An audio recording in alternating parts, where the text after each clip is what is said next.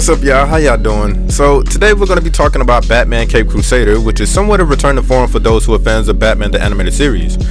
Now, if you aren't aware, and definitely if you aren't a DC fan, before the MCU and all these modern DC films and shows, there existed the DCAU, which was an abbreviation for the DC Animated Universe, where Batman the Animated Series was really crucial in its becoming. This show, along with Superman the Animated Series, would later on give birth to the Justice League and the Justice League Unlimited show, respectively, with other shows such as Batman Beyond, Static Shock, so on and so forth. Now, when I said Batman Cape Crusader is a return to form, I didn't just mean by the feel, but also the look and somewhat of the style. But that's understandable due to the return of the man, the myth, the legend, Bruce Timm. And he's kind of like the Zack Snyder of the DCAU. And just like Batman the Animated Series, here he brings the same atmosphere, and I really must say it kind of felt nostalgic. But there are some obvious differences this time around, and it's really noticeable.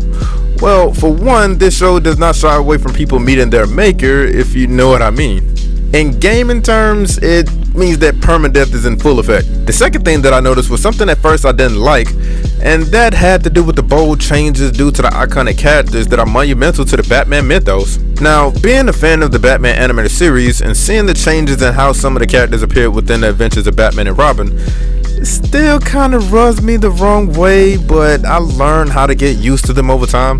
Here, I kind of felt the same way to a degree, but Warner Brothers, along with other iconic cartoons, have been doing this reinterpretation of classic characters that I somewhat disagree with, and just now, well, accepting it as being the sign of the times, I guess.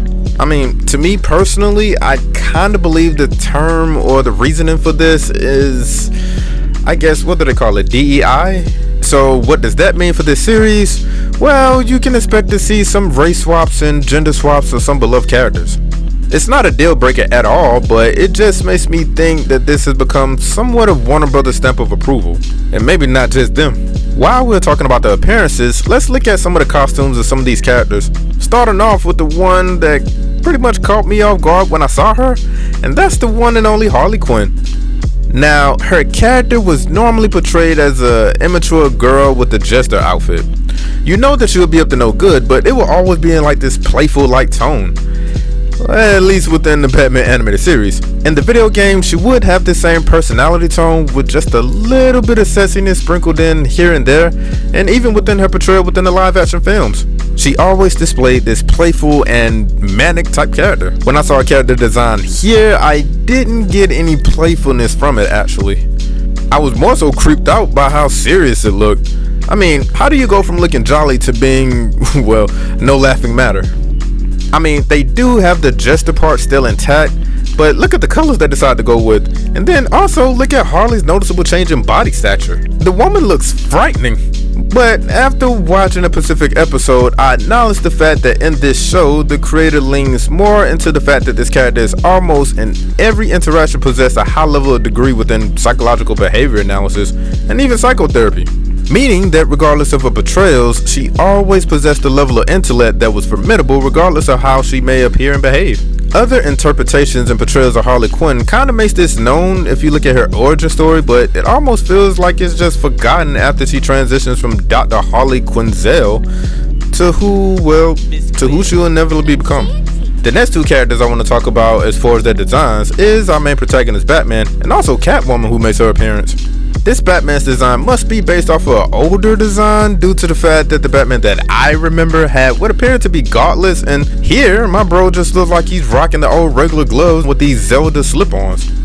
But make no mistake about it, this is indeed Batman, and as far as the older design of the characters, the same can be said, well, about Catwoman. What's so funny is that I kind of find it ironic that in a more serious, mature, adult interpretation of a Batman animated show, it would be here where they would choose for her to wear the most cartoonish and classic design, making it hard for me to take her seriously. I mean, this is like going back to Adam West and Eartha Kitt portrayal. Throughout this season, most episodes would have Batman in them, but it kind of felt like it was more focused and centered around the villains this time around, and just having the audience being introduced to them.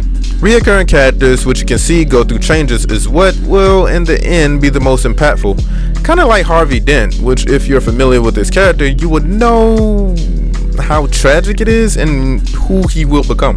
But what I like about the Cape Crusader is the writing. The characters here are all witty and they have chemistry between them based on their relationship with each other.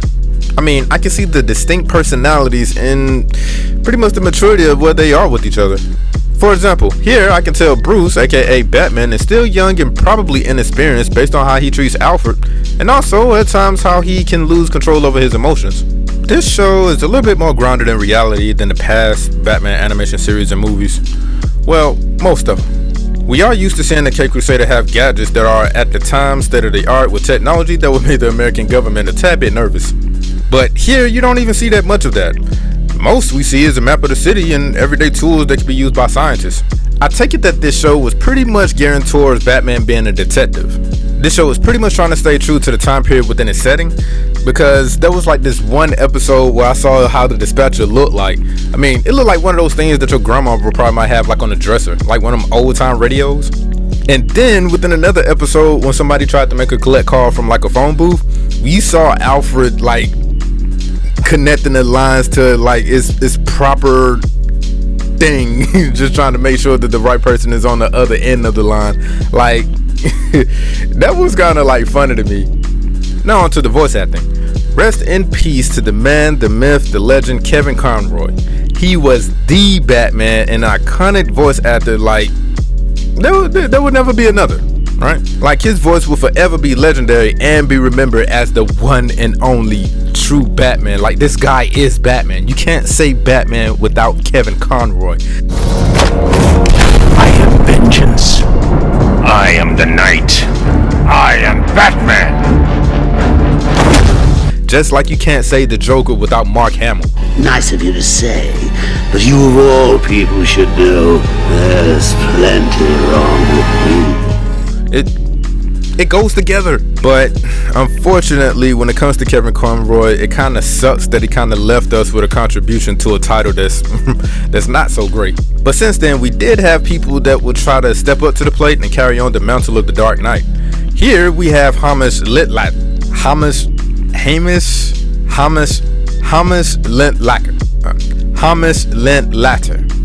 There we go. His delivery pretty much makes Batman seem like the Batman we all know and love. But what I really got to give him his props to is his portrayal of Bruce Wayne, where he does not forget that he is a young rich bachelor and typically do what young rich bachelors do. I mean, hang out with a lot of women, go to parties, have fun. Traits that I really don't see often enough within the live action portrayals of the character. One of the main culprits, who is an executive producer for this show, is one of the people that should take this advice into his live action properties. I'm looking at you, Matt Reeves. Also, big ups to Christina Ricci for her portrayal as Catwoman and Cedric Yarbrough for his portrayal as Papa Midnight, aka Linton Midnight. If you don't know who that is, he is a DC character that indulges within the supernatural aspects of the DC universe. Demons, afterlife, and etc. This character was also within the cult classic film Constantine starring the young Keanu Reeves. Yeah, that movie is also DC. While on this topic of the supernatural, there was this one episode where Batman actually kind of sought out his help due to a certain apparition. To me, out of all episodes, this one kind of felt like a Scooby-Doo episode, really. Now, was this thing a real ghost? You have to watch it for yourself. As I said with Mr. Linklater stepping into the shoes once held by Kevin Conroy, Frederick Woodman most certainly does the same thing when it comes to the music department, bringing elements of what Danny Elfman and Shirley Ann Walker did for the Batman animated series. These two people, if you do not know, was responsible for giving us the iconic Batman theme.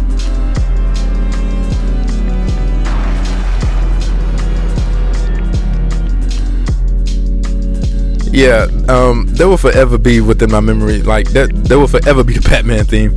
The music compositions within the Cape Crusader brings back the nostalgic essence of what makes Batman, feel like Batman.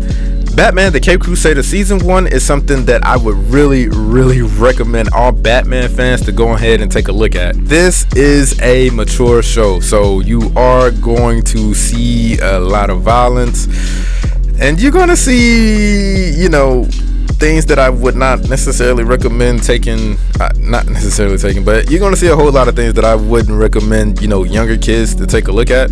I mean, people become unalived, offed, shot at, drowned, dropped and sent packing all the way back to the afterlife.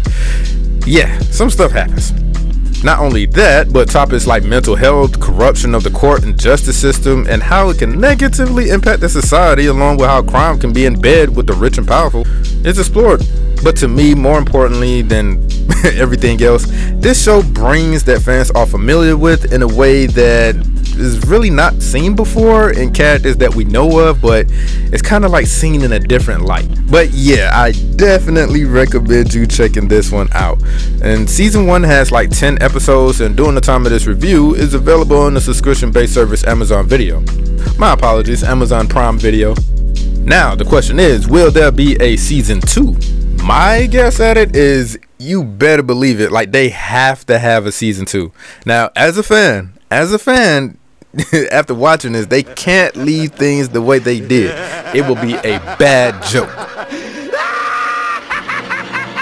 But until next time, peace.